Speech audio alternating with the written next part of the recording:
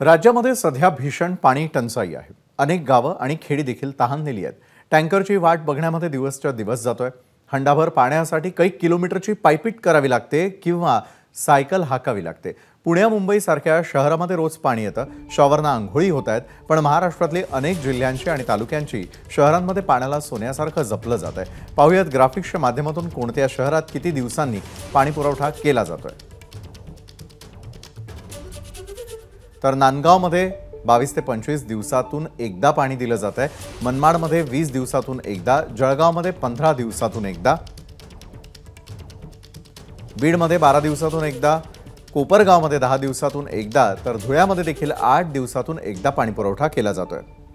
भीषण पाणी टंचाई आहे, याचे दुर्गामी परिणाम दिसतात। धाराशिवमध्ये 8 दिवसांपासून एकदा, जालन्यामध्ये 8 दिवसातून एकदा, खामगावमध्ये देखील 8 दिवसातून एकदा पाणी पुरवठा होतोय। अकोल्यामध्ये देखील 8 दिवसातून एकदा, यवतमाळमध्ये आणि येवल्यातही 7 दिवसातून एकदा पाणी पुरवठा केला जातोय। छत्रपती संभाजीनगर, सोलापूर आणि लातूर या ठिकाणची देखील भीषण परिस्थिती, 6 दिवसातून एकदा पाणी पुरवठा करावा लागतोय। नागरिक अक्षरशः हैराण झालेले आहेत। बुलढाण्यामध्ये 6 दिवसातून एकदा, परभणीमध्ये 5 दिवसातून एकदा, नंदुरबारमध्येही 5 दिवसातून एकदा होणारा पाणी पुरवठा। नागरिकांसमोर पाण्याची भीषण पाणी टंचाई।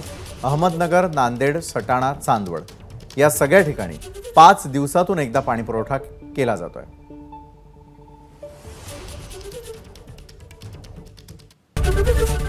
एबीपी माझा, उघडा डोळे बघा नीट।